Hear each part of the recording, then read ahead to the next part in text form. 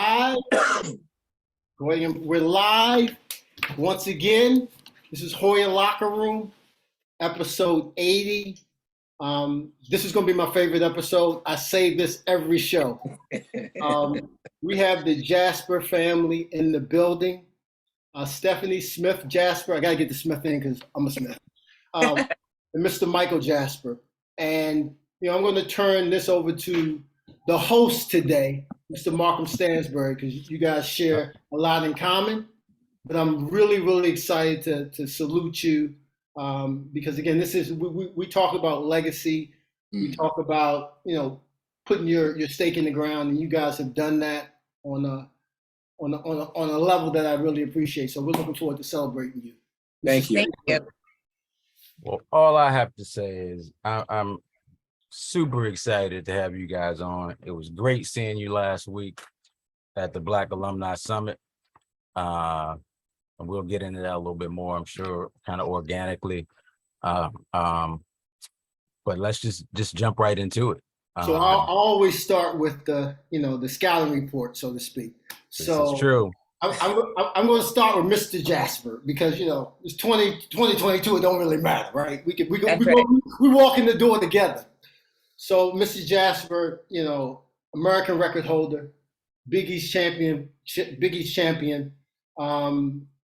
What you did on the Hilltop from a athletic level, I think stands above far and beyond. Steffanie, 6-time All-American, 6-time All Big East, fastest woman on the Hilltop. And for real.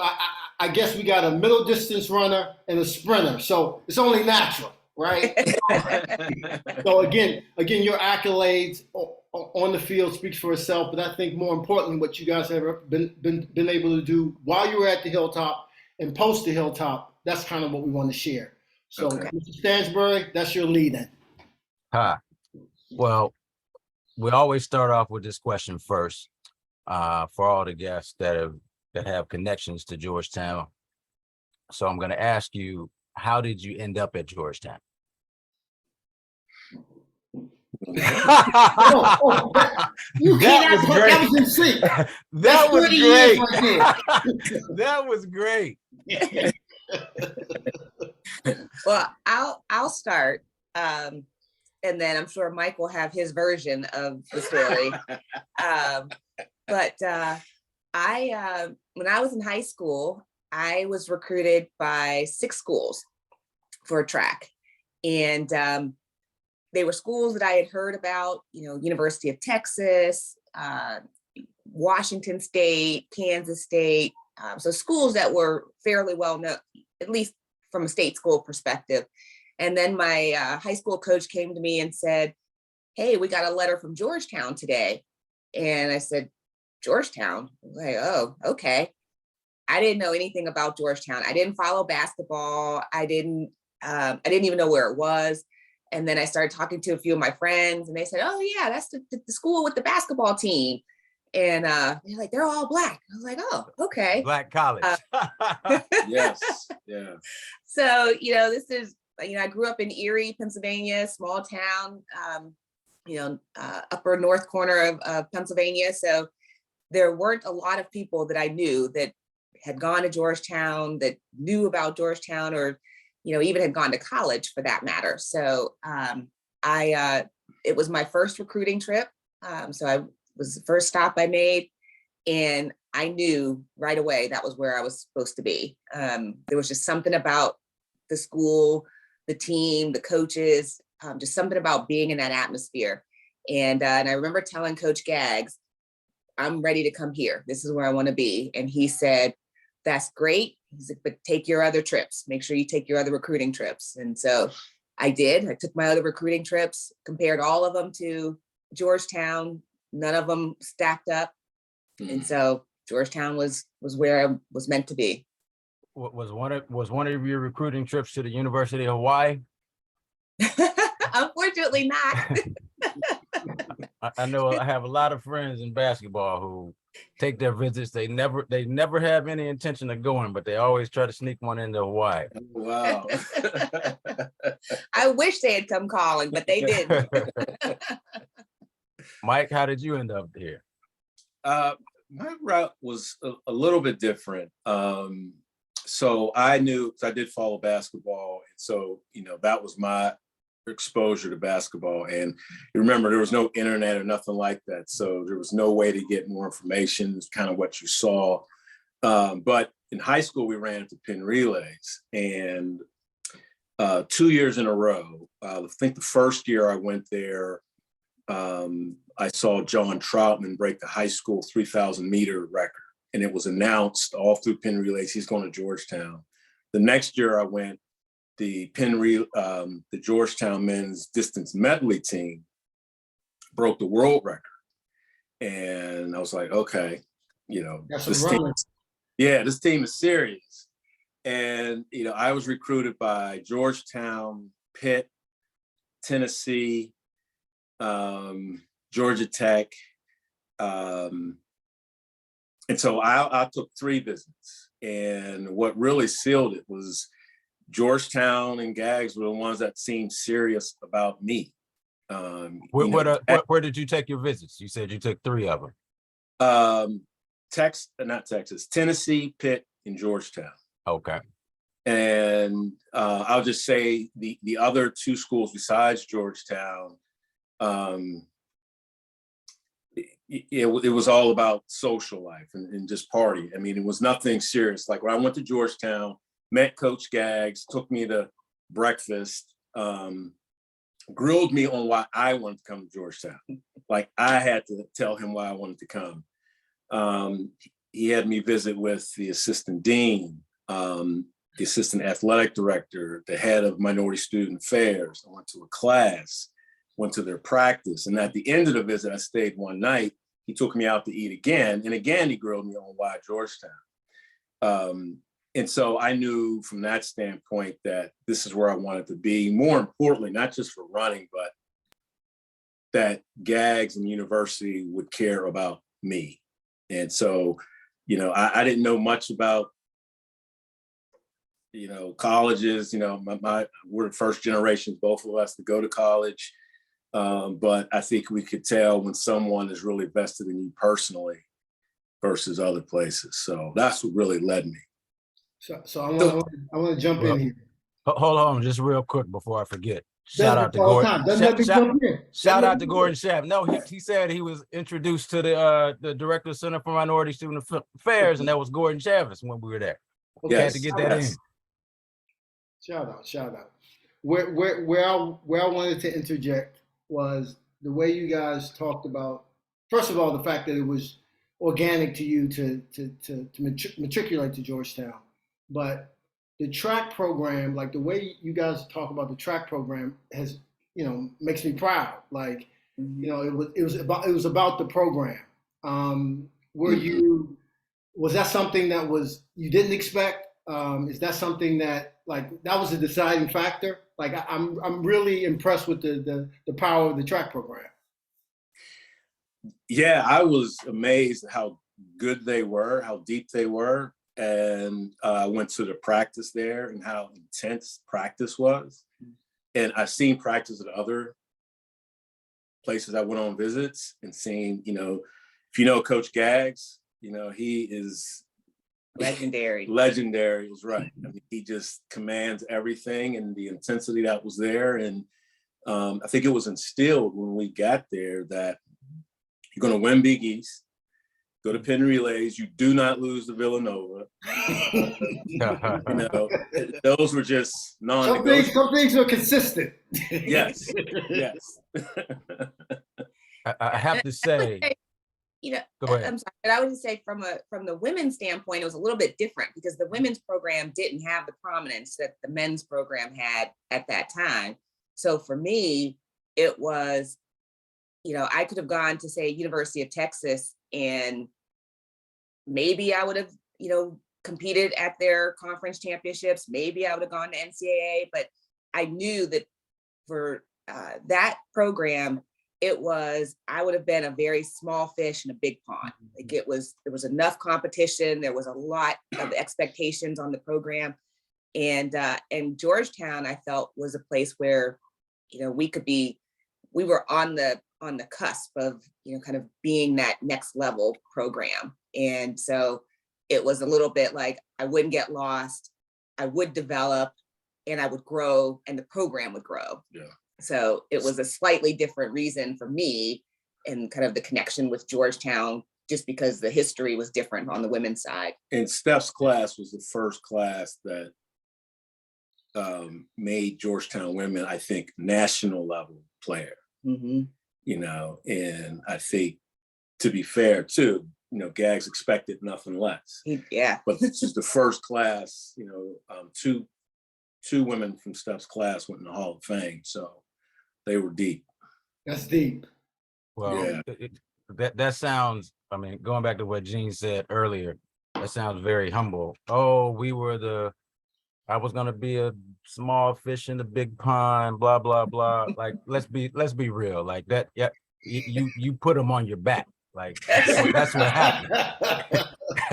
That's what happened. That's what happened. So in my getting ready for you guys, I listened to Mr. Jasper.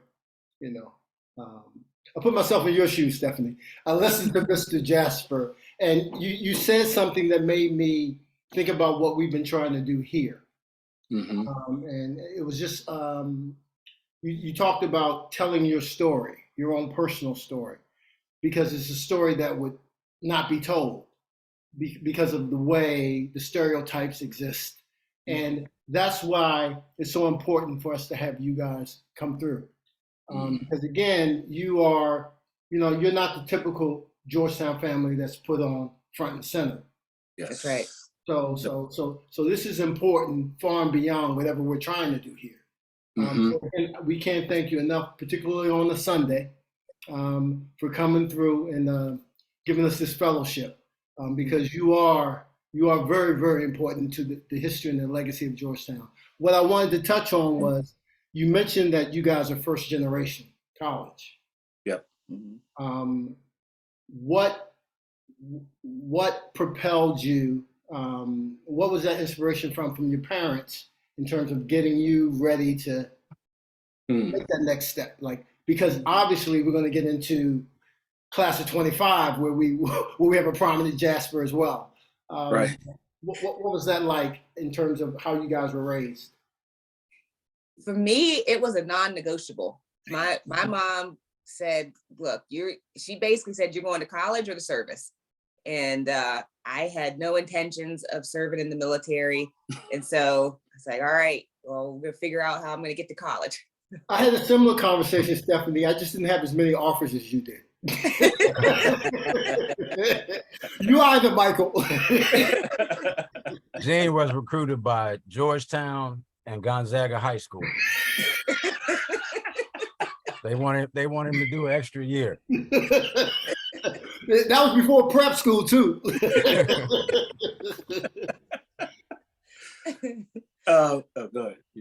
Yeah, go ahead. I was gonna say, so mine was very similar too. I think my parents kind of recognized the way to get ahead was going to college. And so I'm the third child, and my brother, he went to a college around here, my sister.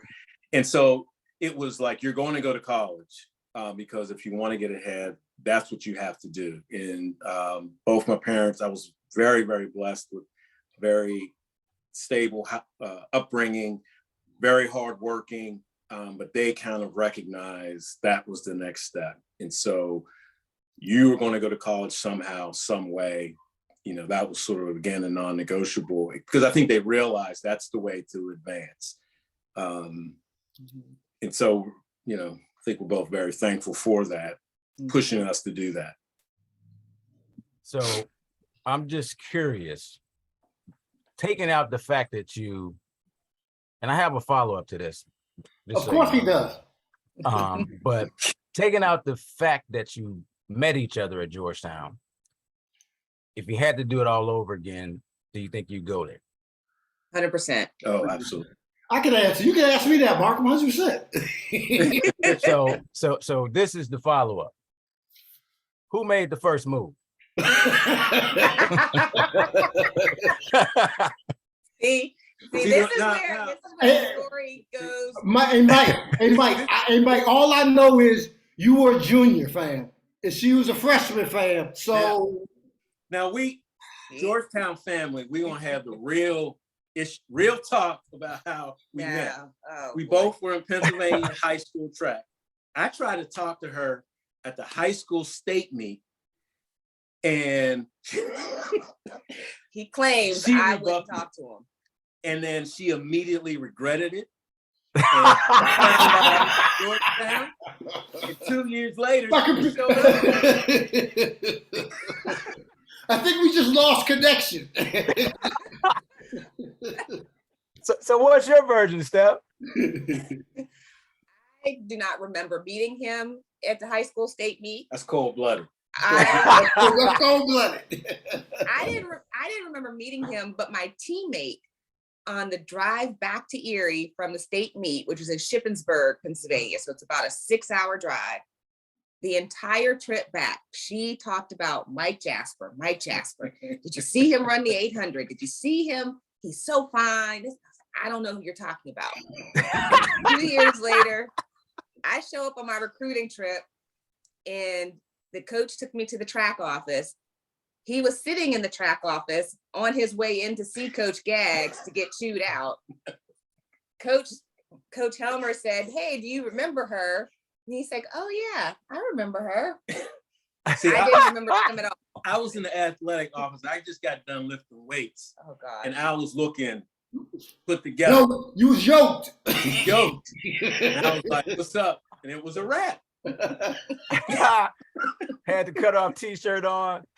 Bam, Exactly. got it. So Mike, in '88, you were part of a team that won the IC4A Championship. Yeah, 88? Yeah, it was 88. 88. And You won it 2 years? While I was there, I think we won it 88. That was the first time in 50 years. 50 and I do think we won it again Okay. before I graduated. yeah, that was the first time since 1925. I'm just wondering what it was like as a freshman for you to experience that. It was it was a big deal then. I think as I got older and upperclassmen and then leaving, I think I appreciated it even more. A lot of people don't understand. IC4A is like the Eastern region. If that's one way to think about it. It's more than the Big East. It's all of the Eastern region. So. And just for those people who might not know, it's the Intercollegiate Association of Amateur Athletes of America. Yes. So yeah, it was a big deal. The first time we won it, and it really, I think, gave me a sense of just how good Georgetown was as a team.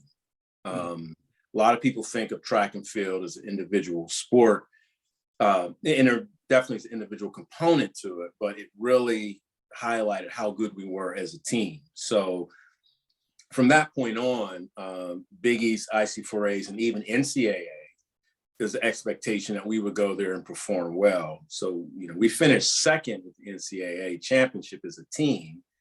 My senior year, we lost to Arkansas. And I think the year after I left, they were second again. So the track team was, definitely a national powerhouse. But coming from a small program in Pittsburgh, a very good program, to something on a national level, it was, it kind of takes you back, and you start to really appreciate it the more and more you're around the program and as the years go by. So Steffanie, putting the program on your back as a freshman. Okay, I'm embellishing. But coming on campus, achieving what you achieved, coming from high school, being in the Erie High School Hall of Fame, and then fast forward during the Georgetown Hall of Fame, and thinking about while you were there, is that something you could have ever imagined? Or No, it was not on my radar. It was not even something that I had an inkling to achieve or strive for. It was my time on the Hilltop, it was all about run fast, do well, and, you know, as a team, win. And like Mike said, you know, we had our rivals as well between, you know, Villanova and Seton Hall and Pitt. Like those were the big three for us. It was like, don't lose to those teams. And so my junior year is when we won Big East as a women's team, which was kind of the first time in several years. Yeah. Excuse me. So it was, you know, it was a big deal. It was a phenomenal feeling to be, you know, Big East champions. I think we were second in ECAC, which is the women's equivalent to the IC4A. And we would go to nationals every year. And we would have some marginal success, but not, you know, anything like the men's team. But, you know, my senior year, I took 5th in the 400. And that was, for me, was like, all right, I can walk away, mic drop, I'm good.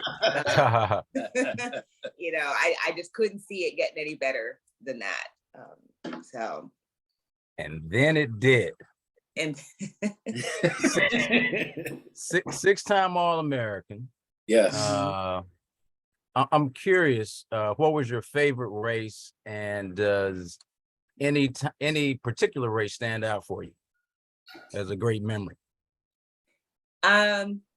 So my favorite race in terms of events was definitely the 400. So the coach, you know, Coach Helmer would put me in the 800, you know, which was Mike's territory, which I never forgave him for that. That was just unfair.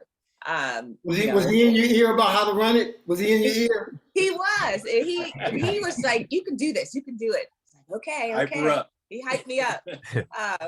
But you know, it's funny because my best memory and my favorite race was probably the most painful race that I ever ran. And ironically, I was running the 800, and this was at Penn Relays.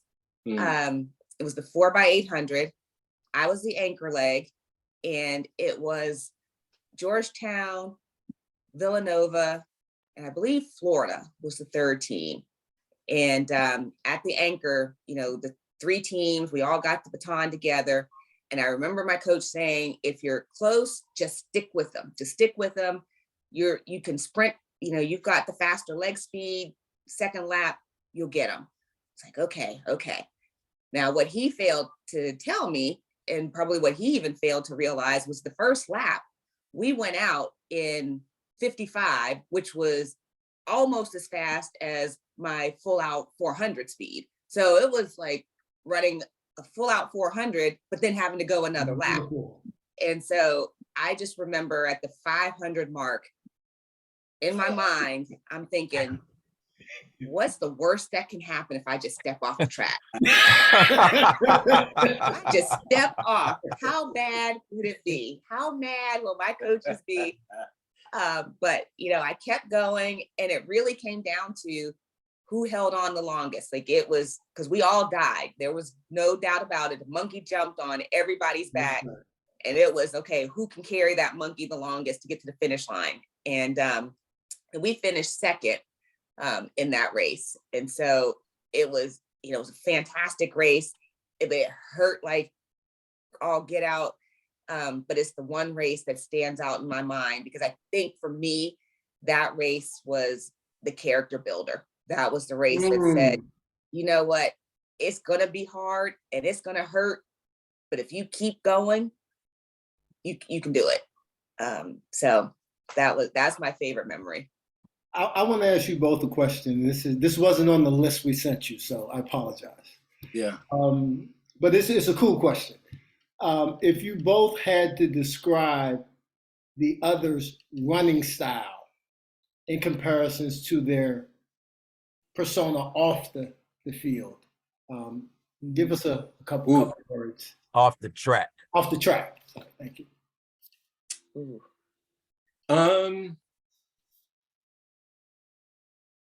I think, you know, Steph's running style was, she's very efficient runner, very powerful, very efficient runner, like no wasted motion.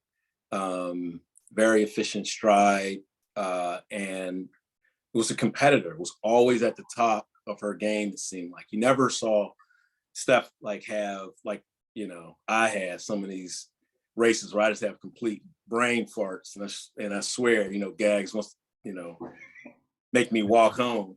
Steph never had that, you know, and it's kind of like in her life now, in her career and things, never having a drop off, you know, even raising our kids and in our home life, always on the top of her game, I guess is the way to say it, and nothing wasted, no extraneous things, everything runs smoothly. And, you know, that was her running style. And I think, you know, she's kind of like that in life. Oh, thanks, Ed. Ha. She was listening intently. Yeah. I would say Mike was very dependable on the track. Like, you knew when Mike got on the track, he was going to put it all out there. You didn't have to worry, was he going to make some bonehead mistake? Now he says he had them. I never saw it. Like when he would get on the track, like it was always, okay, I knew he was going to do well and he was going to perform. And he was that strong, dependable figure out there, with his long loping gait, which, you know, I think is indicative actually of his personality. It's kind of, you know, it's long and loping, but it gets the job done. He gets there. He, for the most part, is pretty even keel, you know, and that dependability is a thread that has been consistent in his life. Like, he is somebody who, if you need something, if you ask for something, if you need him to be there, he's there. And he was always very confident on the track. Like, he, you know, if you said, Mike, you're going to win, he's like, hell yeah. Like, no matter what, no matter who else was in the race, he was confident that he was going to win. And that's been kind of the mantra that he's instilled in our kids, that confidence. If you ask any of them, what's the one word your dad always says to you? And they'll all say confidence, because that's who he is. That's what he was as a runner. That's who he is as a dad, who he is as a man. But yeah, he was. Thank you. Really nice. Well, My heart. I got to say, That's love. That's love. I got to say a couple of things. Number one, I'm looking at the screen, and I feel like I'm on Sesame Street. I don't know if you guys remember, they split the screen into fours and it'd be like, one of these things does not belong here. I feel like I'm that one. Jean's the NCAA champ. Steffanie, you're All-American. Mike, American record holder. Big East champs. And I made Gatorade. No, but Mark, Mark, I might interrupt you here. Actually, we just need those two, and they don't really need our visual. Because again, I'm not on their level. They were recruited. I wasn't even recruited. So believe you me, this is all about them. You and I are making Gatorade. Yeah. So, and I'm also jealous. You guys keep mentioning the pin relays. Because I was making Gatorade, I never got to go to them. But you know, it works out like that sometimes. So, Mike, let me ask you, what was your best race as a Hoya? Yeah, I was thinking about that, and if I can be indulged to say it's split between two different races. I think one was the pin relays, where I anchored and passed Villanova at the last 80 meters and won pin relays, got to take the victory lap, press conference and everything. And it's one race that's special to me because that's the only race out of all my years of running that is still I can see on video. I have no other record of me running at all. The other one was when we broke the American record at Nationals, when we won Nationals, broke the American record. It was surreal. Like, that was the furthest thing from my mind, was winning not only winning nationals, but getting the American record. It was just an NCAA champion. And I just remember being on the sideline, just screaming and jumping because I didn't know what else to do. Getting goosebumps. I'm getting goosebumps. Yeah. Mike, And we went in the back, we had to get, have to get drug tested afterwards. And I'm just sitting in that chair, just staring at the ceiling like, wow. And that's something that I don't think you ever, I don't know, I as confident as I knew, we were good. I don't think that was before the race, you're going to win nationals and break American record. It was something. And so, that sticks with me and it always will. Mike, your class of 91. We saw each other. That class of 91 is an incredible class, bro. Yeah. I say it every time one of them come on, Steffanie, but I mean, it's like 91 to 93. You were, what's the word they use? Woke. You were the wokest people ever. And obviously we're going to touch on that a little later, but I had to throw that in. Yeah. But Mike, your class of 91. We saw each other last week at the Black Alumni Summit, and we also saw a guy named Dwayne Brody, and all 5 feet, 6 inches of him, and you wouldn't know this because not necessary, but okay. That's cool. You wouldn't know this because you were running track, but we used to ball up at Yates, and 5'6" Dwayne Brody would back people down. Like Magic Johnson was his favorite player, so he would dribble the ball like Magic, backing people down. Oh backwards. Yeah. Magic Johnson made great assists. The question I just asked you, you almost answered it correctly. Like, I gotta say, like, I'm disappointed in a 91 guy to come up with that answer. Let's do a little role play here. I'm gonna be you, Gene, you be me, and ask me what my favorite race was. Okay. Marker, what was your favorite No, race? Michael. Oh, Mike. Oh, Dude, don't listen. Wasn't listening. Michael, what was your favorite race at Georgetown? Hey, well, Marker, man, I ran a lot of races. I set American records and all that. It was great. It was great. Big East champs. I did a lot of things on track and field, man, but I caught Steffanie Jasper. Like that was my greatest race. See, Right. I was gonna say the reason why Steffanie Jasper was such an affluent sprinter is because she spent all that time chasing me across campus. I think you were gonna say running for me. Steffanie, I thought you was gonna say running from you.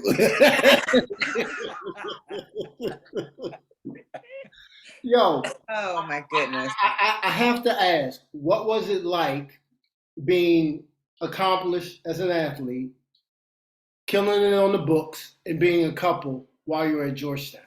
What was that like? In terms of support system, in terms of the things you spoke about? It was different, and I'll share something personal with you guys. I came from school. I wasn't very prepared for Georgetown, so academically it was tough for me first 2 years, really. In between my freshman and sophomore year, my father tragically and suddenly passed away a few weeks before going back to campus. So for various reasons, needless to say, emotionally, I wasn't prepared to come back to campus, come back to school. So my sophomore year, on many levels, as great as Georgetown was also one of my darkest years from emotional level. And my junior year, though, I credit Steffanie, and I say that all sincerely of helping me sort of move on from that. Her quiet strength and talking to me and just being with me really helped me get through that, because it's one of the things that Georgetown is so great that we see now with the help that it has for student athletes. Didn't have that back then. Like, I had no one really to talk to. And so the lifestyle in my sophomore year wasn't always the greatest.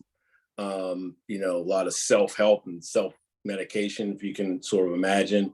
But I ran extremely well. I was the Gallagher MVP of that year. And I think it kind of shows that, you know, my good friends who I'm still boys with today, my teammates, the school, as much as they cared about me, without that structure, it was really difficult for them to really help me and other students who go through that. But going through that with Steph, following, you know, my not academically really turned around and did it well, but just really helped me get out of a fog. You know, I was in a real dark place at that point, and everything's been, you know, looking better since then. So I think my college experience off the track was a tale of two halves, really. You know, my freshman and sophomore year, and then my junior and senior year. Really, my sophomore year was extremely difficult on a personal level. And not too many people knew that. I think I never really talked about it, but I do now. I think as Black men especially, going through things to seek out and get help. I know it's kind of going off on a tangent, Gene, but this is what this is about. We need that thing. We need that thing. Yeah, I just think it's important that if you do need that, to seek it. And one of the things that we support the school now is they're having full-time people on staff to talk to student athletes about a lot of things, and not just athletic. You know, life can be challenging, and it's very dangerous, I would think, when you have student athletes or just young people in general trying to solve some personal issues without getting professional help. So I credit Steffanie tremendously for helping me. And so, yeah, I love Georgetown. I love it to death. And, you know, she's the main reason for that. But yeah, so my college was two halves, right? Well,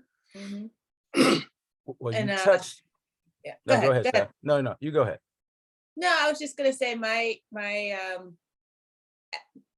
college experience. You know, I always say, or I don't always say, but I say to myself, I really gained two major groups of friends, and actually kind of three, because I had the track team, I had the people in my graduating class, which was 93, which I know you all talk about 91 all the time, but 93 was no slouch.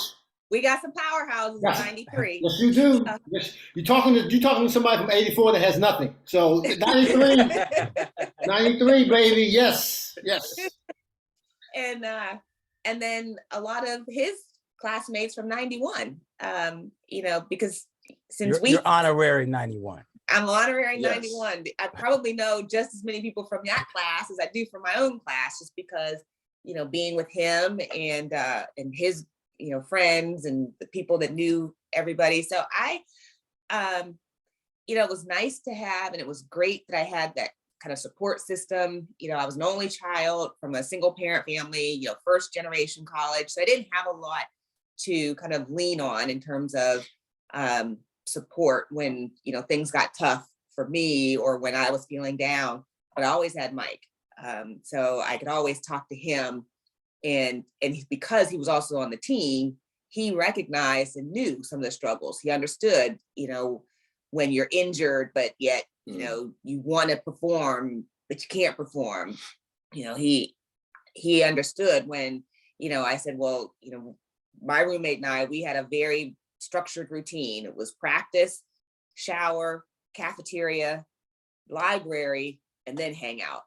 And he understood that. So he didn't try to disrupt that pattern, and he supported it. And eventually I got him in the library. So, so it worked out. You know, Mike, you talked about challenges and having a support system. And I just want to echo that. When first of all, I didn't know that your dad died when we were at Georgetown. And you know, pulling through that I know it had to be difficult, but you got through it, and I'm very glad. When I was there, and also like you talked about getting professional help.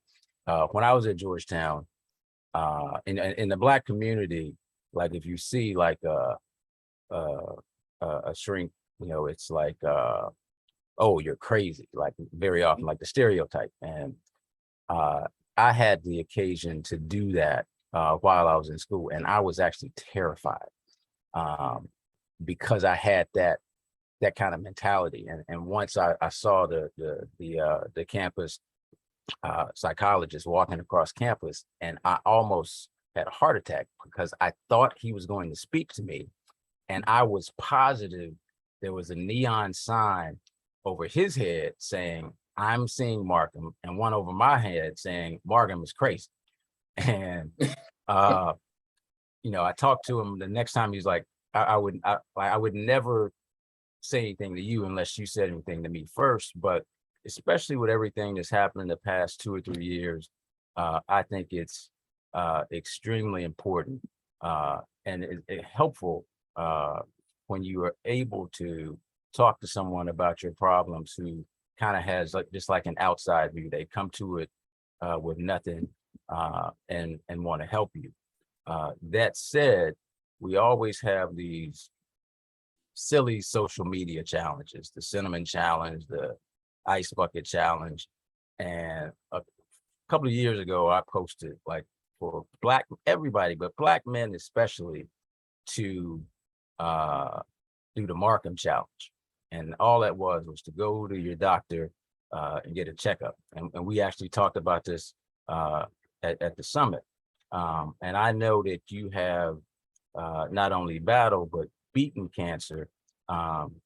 Could you talk a little bit about that? Share that experience with us? Yeah. I mean, I am like you, believing proponent of getting checked. I think, when I look back to my father's passing, he was very active. He was a mailman, so he walked miles every day. He lifted weights. I went jogging with him on occasion. And the night he passed, he was playing racquetball with my brother, and he just had a massive heart attack. And I mean, massive. And come to find out, he had some issues, right? But his generation never went to the doctor. His generation of Black men never went to the doctor because, and justifiably so, we didn't always get the best treatment when we went, right? So, but ever since then, I've made it my, to the best I could, mission to go at least get a physical and things. And so I was very fortunate. I had a doctor that said, because I'm a Black man, I need to get tested early for prostate and for colon cancer, just because statistics show that we get it earlier and often it's more aggressive. And so physical, got the PSA blood work and the exam. And I remember the day the doctor called and said, score went up, went and got further tests. And when the doctor called and said, it's cancerous. So at that point I had surgery, prostate cancer surgery. That was in 2016. And then in 2020, it came back and I had to undergo 38 rounds of radiation. And Steffanie was there every day with me for 38 rounds of cancer radiation every day. And now I get clean scans. And so even if it does come back, I'm on top of it and I know I can beat it, definitely. But it's a testament, you got to get tested early, because prostate, like a lot of cancers, early detection is the key. And as Black men, we've got to understand, for whatever reasons, we get it early, it's aggressive. We can't have these stigmas about, I don't want to get the exam, or I don't want to get tested because of X, Y, and Z. Get it, it can save your life. And that's what it's about. Like, I want to be here for my wife and for my kids. Cancer be damned, right? So it's about doing what's best. So Yeah, that was tough. You know, former athlete, and you used to doing whatever you can. And when they tell you that, man, it's just like, you know, it's shocking when you hear that it's cancer. And then you start questioning, why is my body starting to fail me? Because it's not the first health scare I've had. But you look at it and say, well, what are you going to do? You know, are you going to just crawl up and woe is me, or are you going to fight it and do what they say? Because it's more important to be here for others that, you know, really care for you. And so, you know, Black men need to view it that way. Mm-hmm. You know, you got to do it not for you, but for others around you. Absolutely. So incredibly powerful. Thank you for sharing that. I had knowledge of it because in getting prepared for you guys, I had listened to you speak on it. And you talked about, you know, you have to be here for your family. You have to be here for those that matter. I'd love for you guys to talk about your 3 beautiful children, where they are, some of the ways you've chosen to raise them. Because again, I'm sitting here going, first generation, nothing. Like you guys clearly are establishing a legacy, as I talked about in the beginning. So if you could share some of that. Steffanie, these 2 will hog the mic all day. So we're going to start with you, but absolutely, you know, I'd love to hear because, you know, I have knowledge, but I'd love for you to share with our listeners. Sure. So we have 3 beautiful children that we are extremely proud of. Our oldest, Lauren, is actually an Ivy Leaguer. So she's at Cornell University. She's in her 4th year of a 5-year architecture program. She is amazing. She is a Black girl magic embodied. So she decided she wanted to be, you know, an architect in 6th grade. We kind of helped to encourage her and help her to build her interest. We enrolled her in every camp, every class that we could find. And she set a goal to go to Cornell in 6th or 7th grade. And that's where she ended up. So she's there now. Impressive. Yes, she's amazing. And then Natalie, who is a sophomore at Georgetown, sadly not running track, but she is playing basketball. Happily playing basketball. You know, that's the thread. That's the thread. So I really, you know, she's another one that was just driven. Once she decided that she liked basketball and wanted to play, she put her everything into it. And she's, you know, 5'5", point guard. So she's not the tallest, but she used her athletic skills. To this day, I don't know where she gets her basketball skills from because neither one of us played, and I have 0 hand-eye coordination. So I know she didn't get any of that from me. Okay, you can say whatever you want. We're looking at it. We're looking at it. So she's so she's on campus now and on the team. Thank you. Along with my classmate, Coach Nikki, who was 93. So, you know, so we know she's in good hands. And then our youngest is Matthew, who is 13. He's in middle school, and he gets the best of all worlds because he gets the drive like his sisters and the encouragement from his sisters. You know, he still gets, we support him and everything that he wants to do. He is also playing basketball. Now he's breaking our hearts because right now as a 7th grader, he claims he wants to go to Duke. Oh, yeah. And we keep trying to get him that way. Natalie got some work to do. Well, Natalie got a lot of work to do. I have 0 suggestions for the royal family right here. I have 0 suggestions. But whatever you do, don't say anything bad about Duke. I mean, you know, but the basketball aside, if he went to Duke, we couldn't be anything but proud because, you know, it's a good school. And, but we still keep trying. We're going to keep trying to get a second Hoya through the doors and on the Hilltop. So Mark, get him a pair of spikes. but Markham, they're first generation, and they're talking Georgetown, and Duke. Oh, Cornell. I'm sorry, Cornell. Yeah. Like, Clearly, but that bar is high. We ain't talking about Cooley High here. they're clearly underachievers. Yeah, I don't know what our grandchildren are going to do, but, for us, we decided early on as parents that we were going to invest in education. And that was the first thread, because for us, it was education. So we put them in independent schools, the best schools that we, for us in this area, so that we could set them up to be successful.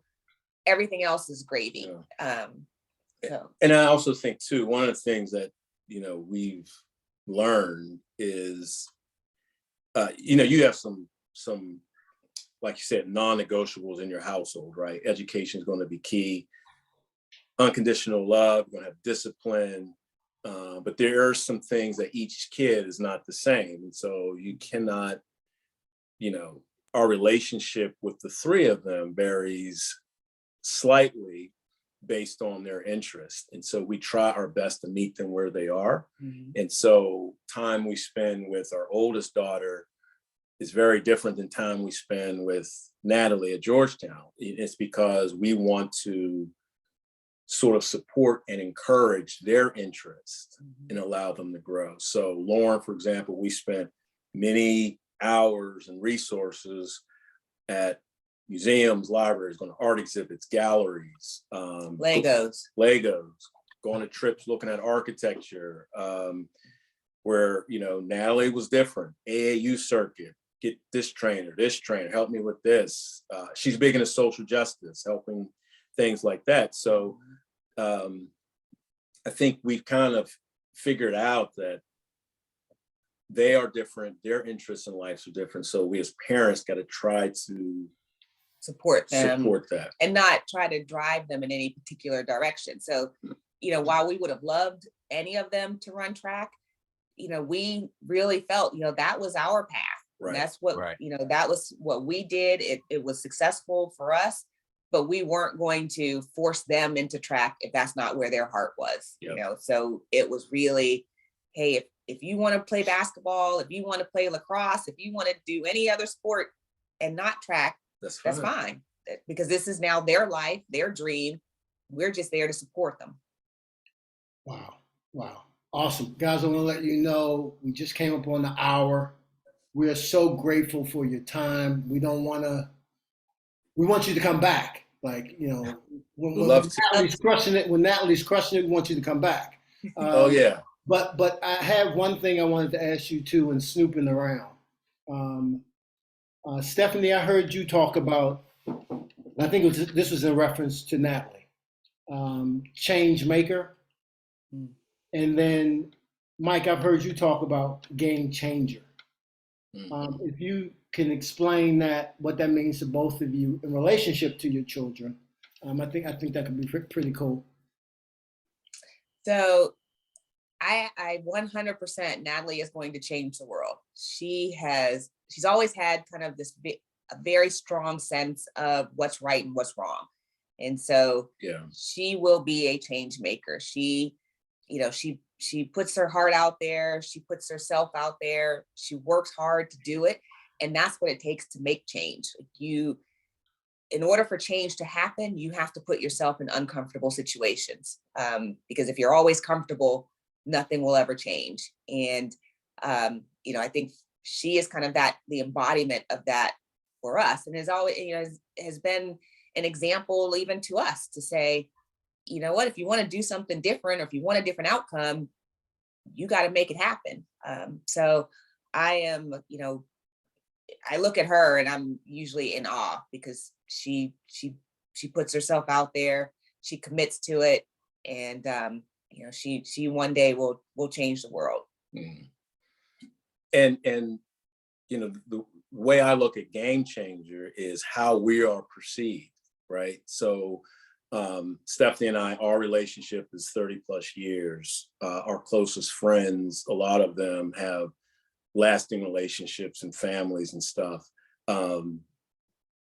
You know, but it's the thing that needs to change. When I say game changer, is sort of changing this perception of us, because, you know, there's a lot of people, you know, if our kids didn't know us, for example, and they looked outside to see what a Black man or Black woman is like, this isn't what they're going to see, right? They're going to see a lot of other stereotypes and other beliefs. And so when I say game changer, meaning like in everything that we do is kind of showing that, yeah, like, you know, we have a great relationship, but, you know, we're not unicorns, you know, there are Black people who have stable households and doing great things and love their kids and take care of their kids, and kids doing great things and things like that. So in everything that we touch, whether it's, you know, corporate or now in my like video work, showing that positive influences of Black people and Black families, because they're out there,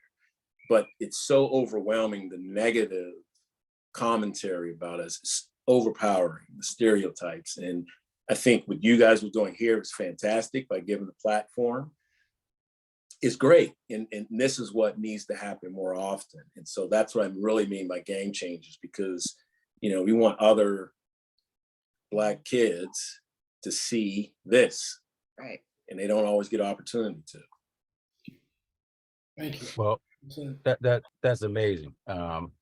Let me ask you both.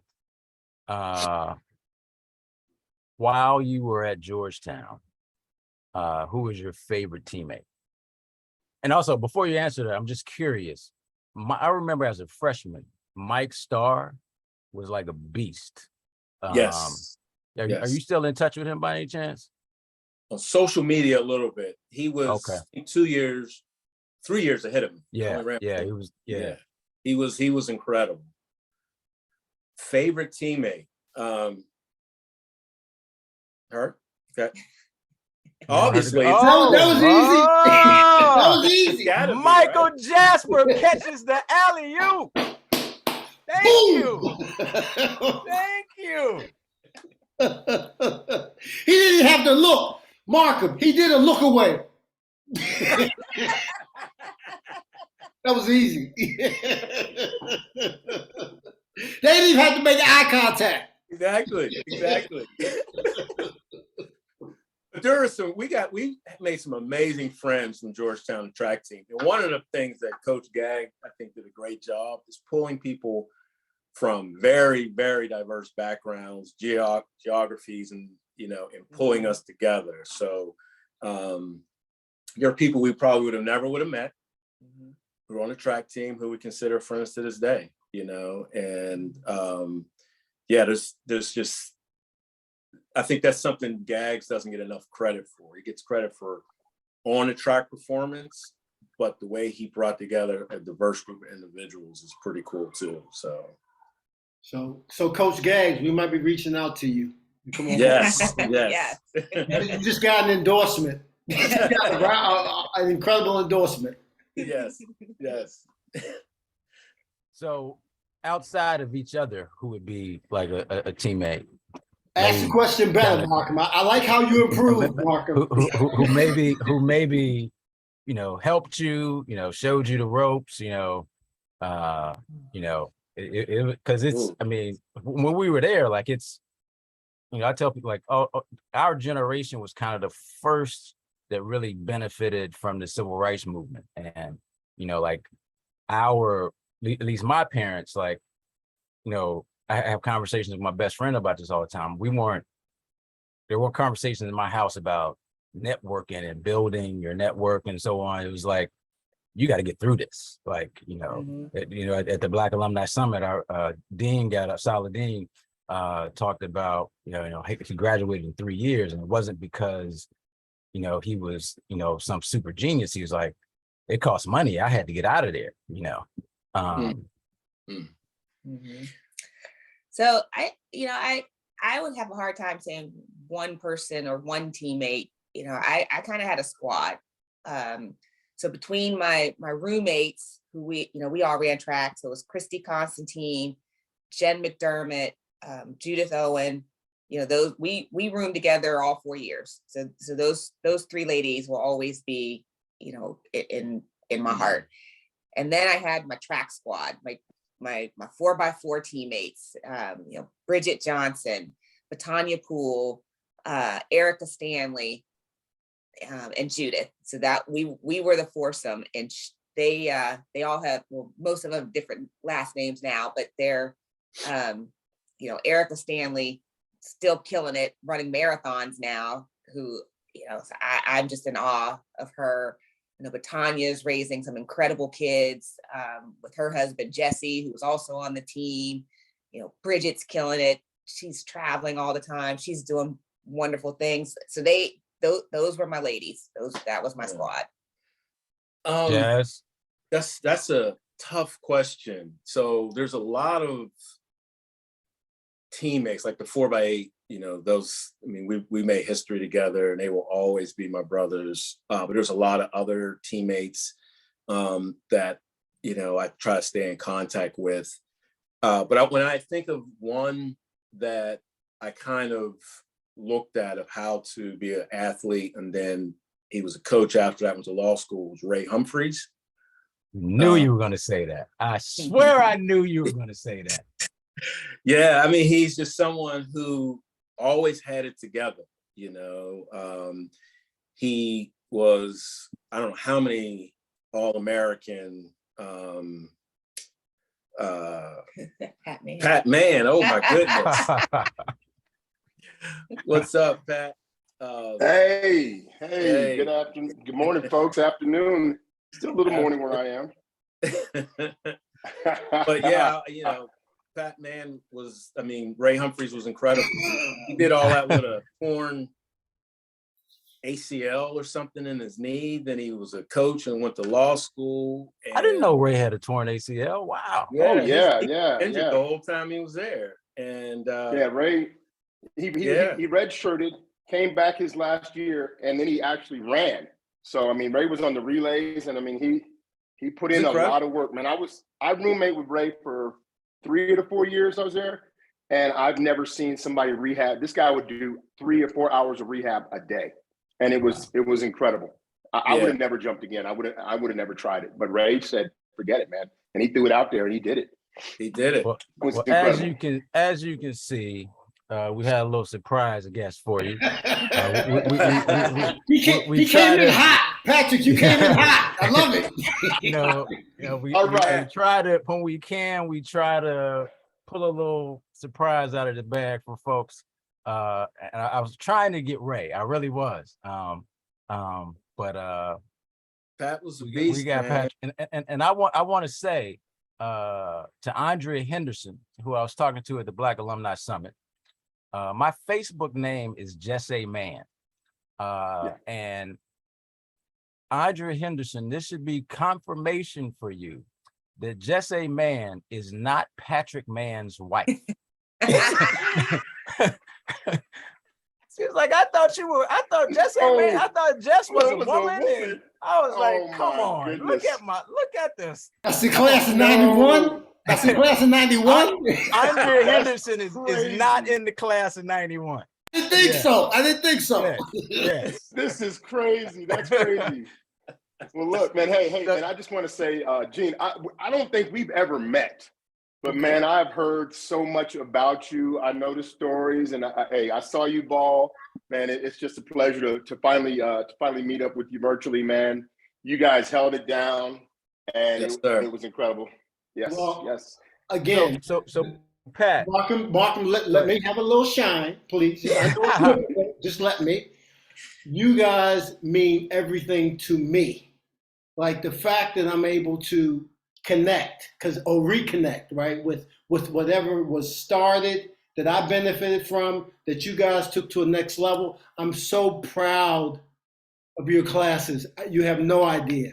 Thank you. And this is so important and so cathartic, and so it means so much. What started off as some basketball shenanigans has turned into something way more important. And I can't thank you enough, and I can't thank my brother Markham enough for putting up with me every Sunday. But again, awesome. Your presence means everything. So thank you. Thank you. All right. Okay, Markham. And so Pat, what was it like sharing the track with Jasper? With Jazz? You know what, man, Mike was scary. You know, he was a young dude. Mike, what class were you? 91? 91. Yeah, 91. So Mike was a little younger. So, you know, we're the big dogs and we're out there acting like we can do everything. Me, Bruce, and Darren, we're out there doing our thing. Okay. And then this young buck comes in and starts causing some havoc, you know. And it was good. It was good to see that we had some more people, because our class of I was originally 88 and graduated in 89, but we brought in 3, you know, nationally ranked quarter milers. We were one leg short of really having a 305 nationally ranked relay. If Mike had been another year earlier, 2 years earlier, man, we just set the world on fire. But this young man, it was good to see him come on in, because I was a little nervous when I came, because, you know, technically Georgetown's not a sprinting school, right? But we changed all that. And it was a big jump, man. I mean, I could have went anywhere, West Coast, UCLA, USC, Stanford, but I chose Georgetown, and I'm glad I did. So we've set that legacy. And I mean, Steffanie did her thing, and now the daughter's playing basketball. Come on now, we're doing it. And there's a lot of there's more legacies out there. So we are growing this thing, because it seemed like originally not too many people wanted to see us on campus. And the basketball team, and thanking Gene, because they started this trend. They got the way that John was leading. That's how Gags took his leadership from John. You know, rest in peace. And this thing has grown to something that is amazing. Just go back and see. And I need to get back involved with I should have gone to the Black Student Alliance or the Black Alumni Summit. So I'm gonna get back in there and start making some noise. Yeah, it was great for Pat. I mean, I know he's an upperclassman, and I remember when I got there, someone told me what he ran intermediate hurdles. Like, what was your PR, Pat? Correct me if I'm. I find, well, see, it's crazy. This is the crazy thing. I came out of high school, set the national high school record. I ran 50.02. My fastest time at Georgetown, I couldn't get it together. I only ran 49.80. I had a 48 flat race and hit the last hurdle and fell apart, man. So there was some times when I had it together, but I just couldn't pull it out the hat. Oh man, the thing you gotta understand though, when I came to Georgetown, like, you know, there was people on my mile relay in high school running 50, 51, 52. They said he ran these over hurdles. Yeah. So, wow. You know, wait, what? and then he could run the 8. Yeah. And so it was like, it was, as I was saying before, like, you come from a high school program and then you're practicing every day with Pa.and, right? Said Mike Starr, and you're practicing with these all-American cats, and it's like, you got to step your game up. Yeah, but it was wild. Like, I never heard of someone running over hurdles that fast. Then I saw him run.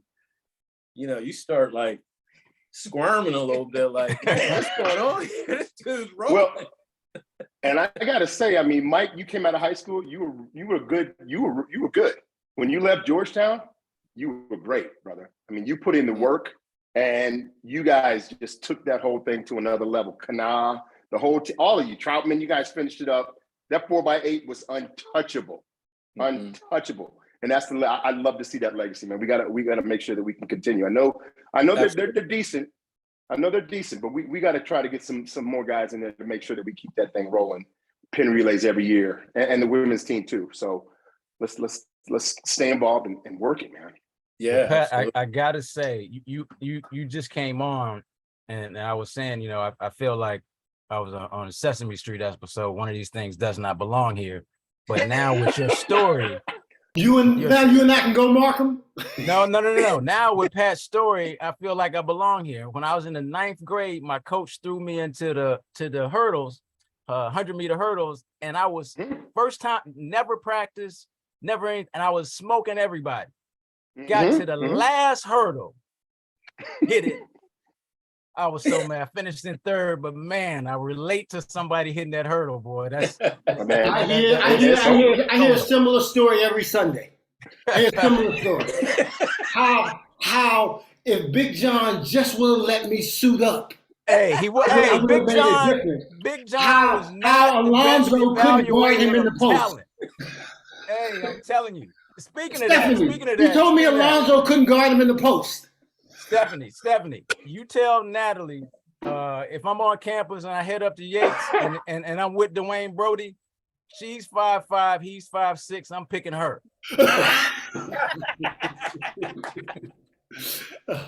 Wow. Hey, Patrick, man, thank you for coming through, man. We wanted to surprise these guys because thank you so much. Thank we you, think, Pat. All right, guys. So good seeing you, Pat. We're gonna keep this thing going, and you're gonna be getting a call, and you're coming on, and somebody's gonna surprise you, my friend. All right, let's do it, guys. Thank you, Hoya. I can't thank you enough. I'm all smiles. I'm verklempt over here. Yes. But again, you guys have no idea. I think what you've established and the legacy that we're building on, and again, the fact that your daughter's now currently attending there, I just think that speaks volumes. Man, I really appreciate this, and I can't. Thank you. I'm going to go on mute. Markham's going to take us home. If you have anything you'd like to share with our audience, doesn't have to relate to our program, but just in terms of some of the things we talked about, overriding things, I'd love to hear from our guests versus Markham and I. That'd be cool. And then we're going to take this thing home. Thank you so much, Fames. Thank you. Thank you. Thank you. You guys have anything to say, Jazz, Steph? No, I don't. I mean, it was my years on the Hilltop were the best 4 years of my entire life. And, since then, life has just gotten better. And a big part of that was this guy right here, and our family. And, I'm just honored. I'm just honored. Yeah. And it's the same thing. I mean, it's the best years. Georgetown's a very special place. And, there is a legacy there now, and we have an opportunity to continue to make it a special place. And so, we've always been involved. Now we're more involved, especially with our daughter being there. But thank you for doing this. This is fantastic, and it's a great platform for so many people to have on this show. There is just numerous people that I think we could all benefit from hearing, and thank Gene and Markham for pulling this together. You guys are fantastic. And Pat, does my heart good seeing you, brother. Yeah, it's been a while, man. It's been a long while. Yeah. And it's funny. I got one thing to say. I saw you guys, all the roommates met. Don't you remember? I was the fifth missing roommate. You guys, your junior year, I was the fifth roommate that was never there. Remember? And guys, I just want to thank both of you Untold for putting Patrick this together. Man Chronicles. Crazy. But yeah, you guys have done so much for the program, and we all appreciate it. And again, let's just keep this thing going and continue to build this legacy, man, because the youngsters are looking for us. They're looking out for I know sometimes they might feel a little lost on campus. I know we did back in the day sometimes, no direction. But let's let them reach out to us and be be a conduit to their success. So that's all I'd like to say. Well, I've been closing us out this year. I've been closing us out with a quote. Today, I got two quotes. The first one is from Amelia Earhart. The most effective way to do it is to do it. Very simple. The second one, see if you guys can tell me who this is. I've yet to meet anyone at any level of success who has done it solely on their own. You have to seize opportunities people give you, but there's some humility in recognizing that you benefited from the generosity of others. I've heard it before. I don't know who quotes from though. Michael Jasper.